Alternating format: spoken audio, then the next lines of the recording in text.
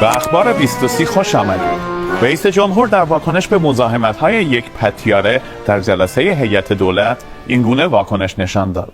قیمتا داره بگا میره و سر به فلک گذاشته. میدونی راه حلش چیه خوشگله؟ ما باید اینترنت رو محدودتر کنیم. تولید سیم کارت سفید باید از بین بره. من دوچرخه میخوام. شما فکر کردین این عادلانه است برای مردم؟ ما بالاخره یه فرقی باید با مردم عادی داشته باشیم یا نه؟ من اصلا میرم فوتبال بازی کنم. این کاپیتولاسیونه. این مراقبت کردن از منافع شخصی خودتونه. خانم شما شقشقیه من رو به هم زدید. خب بریم سراغ بخش آب و هوا تا یک حالی به شقشقه همتون بدیم. سلام به همه هموطنای ایرانی. امروز دوباره اومدم تا با اخبار آب و هوا حال و هواتون رو عوض کنم. شقشقیم. در سمت توام دستم باران نفسم.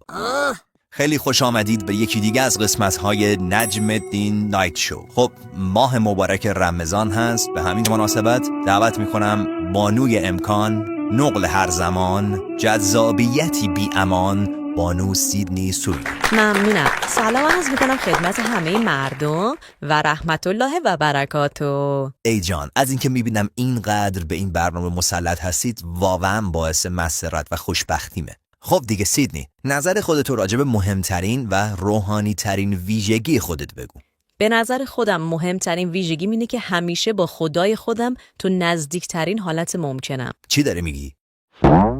بذار جور دیگه ای بپرسم. سیدنی عزیزم، به نظرت مهمترین ویژگیت چیه؟ خب به نظر خودم من قلب بسیار بزرگی دارم و خیلی مهربونم و اینجا چیکار میکنی؟ همونجوری که میدونی اونجا فاصله زیاد بود و من از نزدیک میخواستم بود کنم، یعنی از نزدیک میخواستم صداتون رو گوش کنم. بفرمایید شما ادامه بدید. بله میگفتم در تمام چیکار میکنی؟ به قول شاعر بزرگوار، هرچی میام جلوتر خوشگلتر میشی.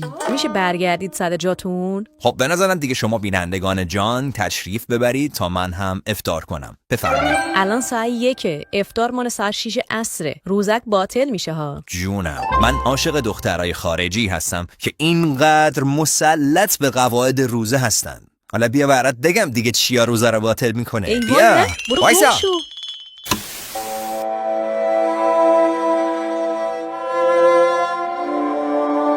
تو میدانی که برده ما هستی؟ آره میدانم. این را هم میدانی که هر کاری که بگویم باید بکنی؟ تا به حال دیده اید که به چیزی نه بگویم؟ پس یوسف، من خود را برای تو آماده کردم. آخ جون، همچین آماده هم نیستید بانوی من. چطور؟ آبراکادابرا.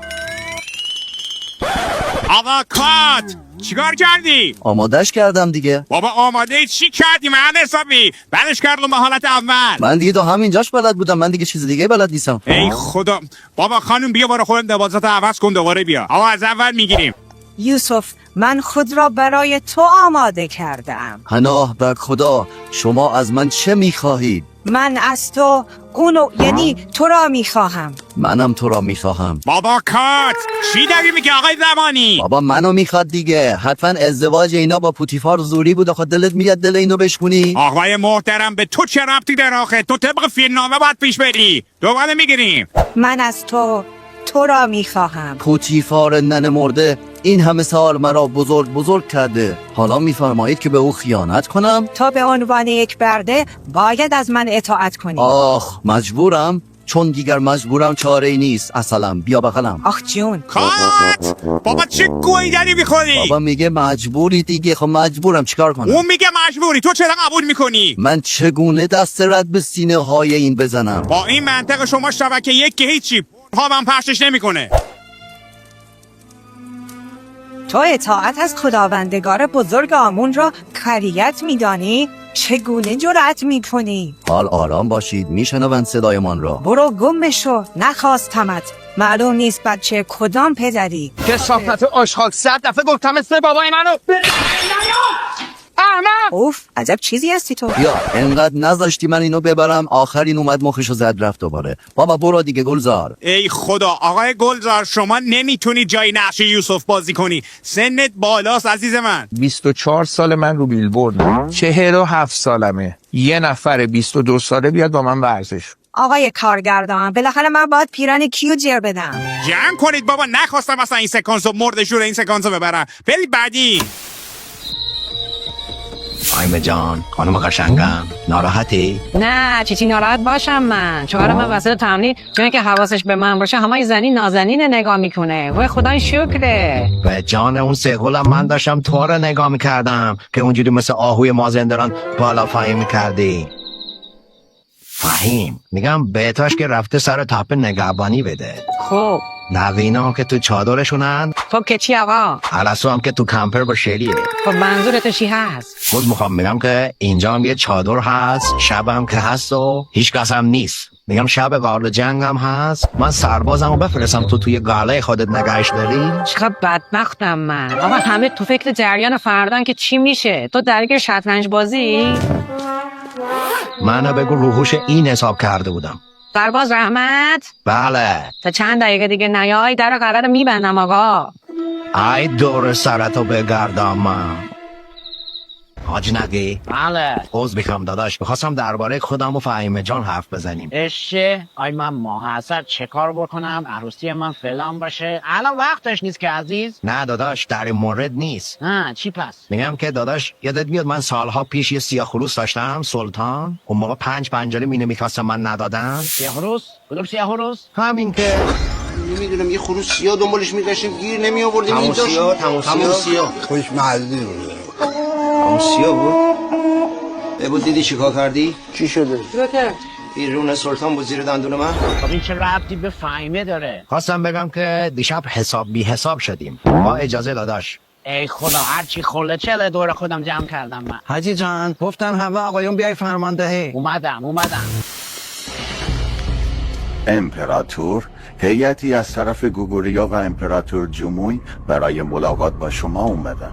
میتونن بیان.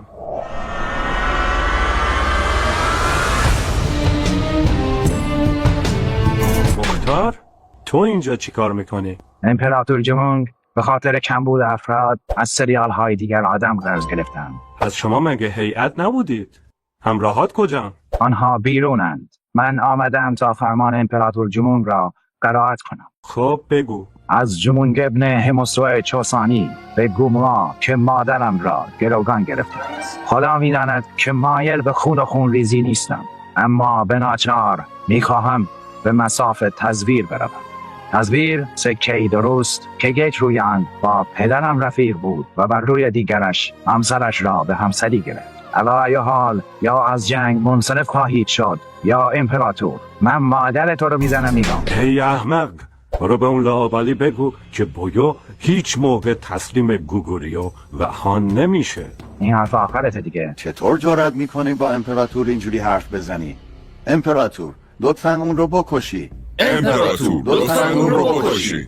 باشه اون رو ببرید گردن بزنی. امپراتور لطفاً از تصمیمتون تجدید نظر کنی. لطفاً تجدید نظر کنی.